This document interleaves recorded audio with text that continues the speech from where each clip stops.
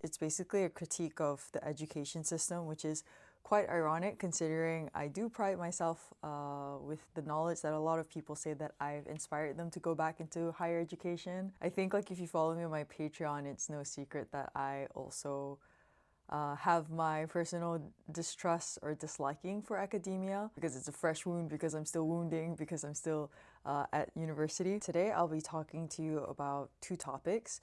One is la dispossession culturelle, the cultural dispossession, and une reconnaissance sans connaissance, a recognition without knowledge. Both of this has to do with the education system, and both of this have to do with what I read from Bourdieu's La Distinction, Bourdieu's Distinction, a social critique of judgment. It is generally about taste, but there's a lot to do about taste and a lot to do about social hierarchies. So page 450, the education system, institutionalized operator of classmates, that in and of itself is a system of objectivized classing that reproduces under the form of transformed hierarchies of the social world, with its cleavages according to levels corresponding to social strats, social levels, and the division in specialities and the disciplines which reflect to infinity the social divisions as oppositions against theoretical and practical conception and execution, transform in all apparent neutrality the social classings, classmates in scolaire, educational or scholarly classmates that establish hierarchies which are not lived as purely technical, which is partial and unilateral, which is one way, but as total hierarchies. Founded on nature, this is one sentence, bringing in this way, identifying the social value and the personal value, the scholar or educational dignity and human dignity. So essentially, what I read from this is that we have this idea of what it is that it's supposed to say about the educational system being neutral. From what I've read from Bourdieu, neutrality has to do with the idea of the opposition with domination. If you read this other book, which is Language and Symbolic Power, which is the thing that informed my video on politeness is oppression, it's always this thing where you think that things are just neutral, but there is never neutrality in society. There's always something that's being claimed. There's always like a dominant force, like there's always like an advantage somewhere. Nothing is just completely fair and neutral. The issue here is that, again, not everyone is able to have access. We see that these divisions that's supposed to be technical divisions, purely technical in terms of when you learn technique, you're learning the craft, you're learning, we also say like what makes something scientific is that you have technique, you have a science, you have a way, you have something that is not just arbitrary, there's like an order and there's like a specific approach towards something. That is what is technical based on people who have theoretical knowledge. Is like, everyone is like put into hierarchies. But what he's saying is that this transfers outside of the institution, which means that it's not only people who are inside who are submitted to hierarchies, but those who are outside are inadvertently affected by this idea of hierarchy. So, total hiérarchie. And the result of this is that this is what it is that is identified with our social value and our personal value, our scholarly dignity and our human dignity. There was this one time in my class, my professor, I don't want to say too much because this is the big white internet, but there was this one point where she said like, but you're not your grade. And I know I'm not my grade, but at the same time, I know that my grade is what, played a big role in my scholarship. I know that my grade was what played a big role about me continuing to get enrolled.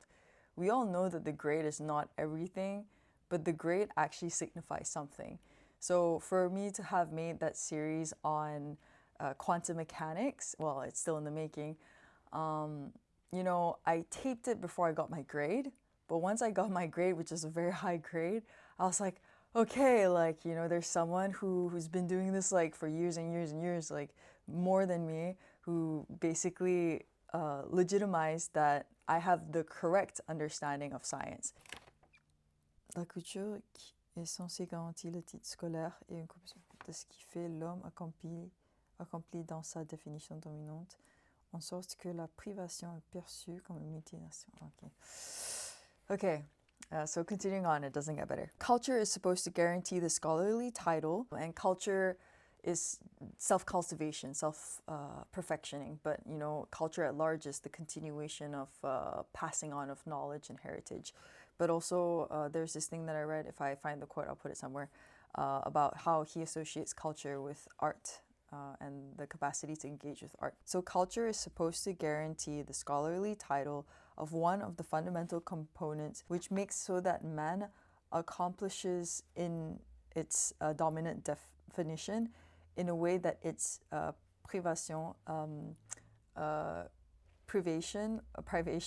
just, you know, not having access to culture is perceived as an essential mutilation that attend à la personne, that threatens the person in their identity and their dignity as man, condemning to silence in all official situations where he has to appear in public, to show himself to others with his body, with his ways, with his language. You think about, like, you know, how it is that, well, the normal stuff, right? You just appear in public, how it is that you're treated based on how much culture you seem to have, how educated you are, how much disposable income that you have, that you're able to afford to look a certain way, to act a certain way, to eat a certain way. When there's like a third-party official, you will be judged based on how it is that they evaluate your level of culture. You know, with philosophy or life in general, I think like we make a one-to-one thing about something that we believe has been cultivated or presents in a certain way to be associated with like positive things, truth, beauty, justice. You know what, just to keep it to Bourdieu, if you read that book that I mentioned, Language and Symbolic Power, you'll also see how it is that he describes that whatever position that you're at socially, that colors or that categorizes the value of your words. So if you're a person of higher social capital, you're a person of higher, economic capital, money, a person with higher symbolic capital, like titles, whatever you say will obviously, not obviously, but the argument is that will have a lot more weight. And the person with less of all of that will basically, even if they're telling the truth or they're correct, all that stuff, they would be denied. What I said with my video about silence is oppression, the important thing to note is that it's not just about speaking, it's about being believed, and it's about being taken into consideration. Your words, like, being taken into consideration. There's this other thing that I wrote that I really, really am proud of, which is psychiatry, is it a science that dehumanizes? That talks about once your reason or your word, your logos is rejected, or once it's disqualified. Once your word and your level of reason is disqualified, your humanity is also disqualified. So I've thought a lot about this subject, but let me continue. So the méconnaissance, so I would say like the bad apprehension of knowledge, or the mistaking of social determinants of a scholarly career, and by that, the social trajectory that it contributes to determining, confers to the social title the value of a right of nature, and makes the school one of the fundamental instances of maintaining social order. And again, if you're interested in social order, I have like those other videos that I mentioned. This is without doubt on the terrain of education and culture that the members of the dominated class have less chance to discover their objective interests, to produce and to impose the problematic that conforms to their interests. The obvious problem with this is the fact that, you know, people who are in the dominated class, the less wealthy, the less influential, the less powerful, the one with less capital in society, to be able to access this, and also like to impose to themselves a problematic that serves their own interests. The idea, I guess, you know, and this is me taking my own step back from this, is that if you actually like can't even pose problems that are interesting to you, like you are just constantly serving questions that have no relevance to you. And imagine like dedicating your life to answering questions or working on something that means nothing to you. And that's like the biggest form of, I think, spiritual alienation. I was recently told that, you know, when you want to do research, you can't have it be too personal. When we say like personal, I don't mean like personal, like I only care about this question, but like I feel like when I state something as personal, it just means that I feel this problem in the most profound level, and I see a lot of people struggling with the same problem. I had this discussion with a friend. I called the video like Discuss and Disagree.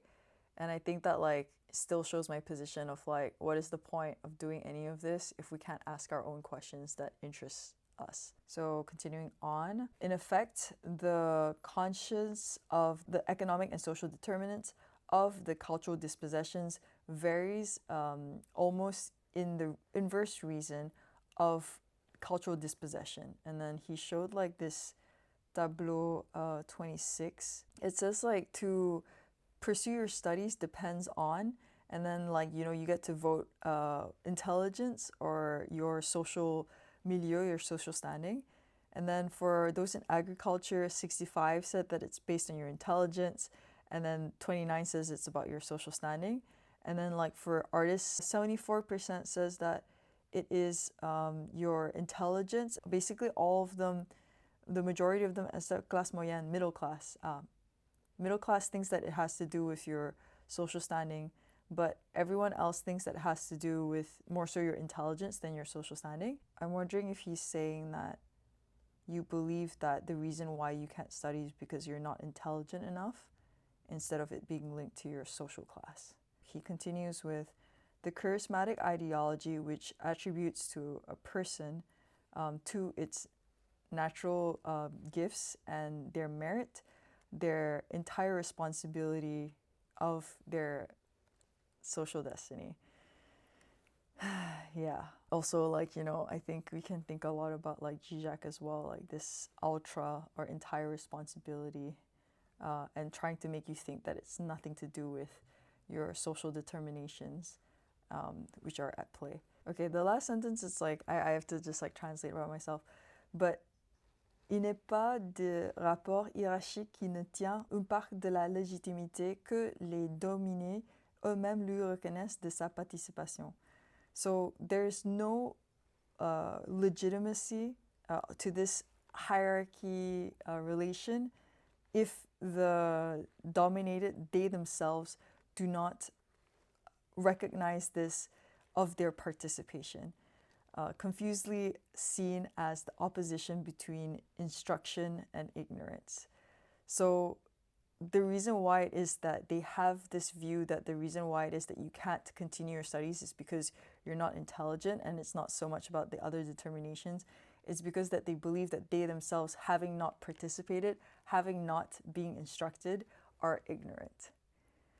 So you're basically blamed for your incapacity, your lack of merit, your lack of gifts. And just like shout out to one of my closest people in my life who is a caregiver, who puts in a lot of effort, and she herself volunteers to tutor a young caregiver.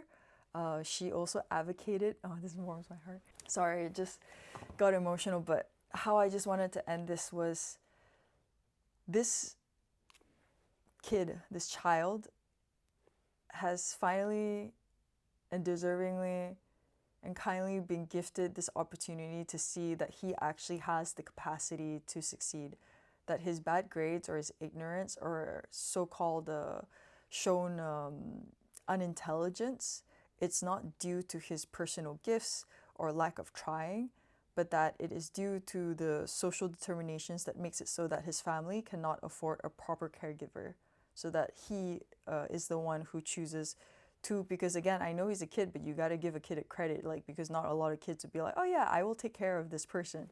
So it is because of the social determinations that makes it so that he can't succeed.